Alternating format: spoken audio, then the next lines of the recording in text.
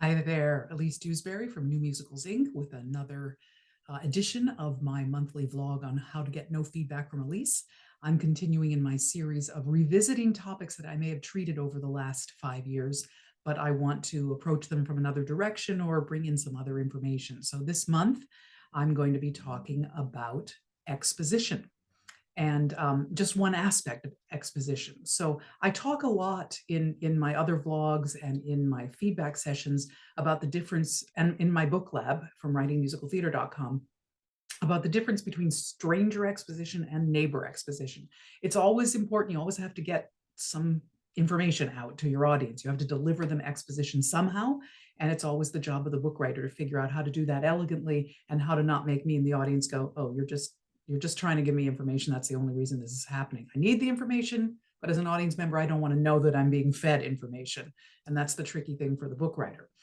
So neighbor exposition refers to the way that people talk to each other when they know each other. And then stranger exposition is when two people who don't know each other are having a conversation. It is obviously a whole lot easier to deliver exposition if you have a stranger. Because if I meet you and I don't know you, I can tell you all kinds of things like, oh, my husband's name is this, and I'm this many years old, and here's where I went to school, and you don't know about this about me, bud, or hey, there's something you don't know about our town or our coworker. Because we don't know each other and you need this information, I can simply deliver it to you. It's very freeing expositionally to put a stranger into a moment for the delivery of exposition. However, often you can't do that. Often you have people who know each other and they have to be talking. There's still information that you want to give your audience, but it doesn't make as much sense. If I'm talking to someone I know, there are many, many things that I would not need to discuss with them or point out to them because they already know them. And yet the audience needs to know that information. So that's neighbor exposition. And it can be frustrating to try and figure out how do you get the information across when the people who are speaking know each other and just have no need to talk about those details. So what I would encourage you to do is to see if you can find a way of taking the limitations that are inherent in neighbor exposition and turn them into opportunities for character development.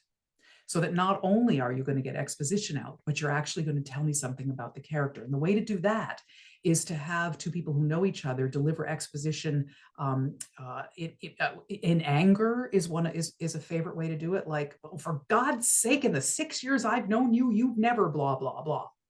So I'm angry at you, but I've given the information that we've known each other for 6 years to the audience. And I've also developed a little bit of character about what the relationship is between us. So there are other ways to do that, but the key is to use, to use the character of your characters to find a way to deliver that information that isn't just, well, I've known you for 6 years, and so I've been thinking it's time for us to move forward with our relationship. Maybe somebody would say that, but probably a rather stilted, informal person. So you want someone who's much more full of character. So you want to find a way to deliver that through character, to have your character say, I would have thought after 6 years we'd be further along in our relationship.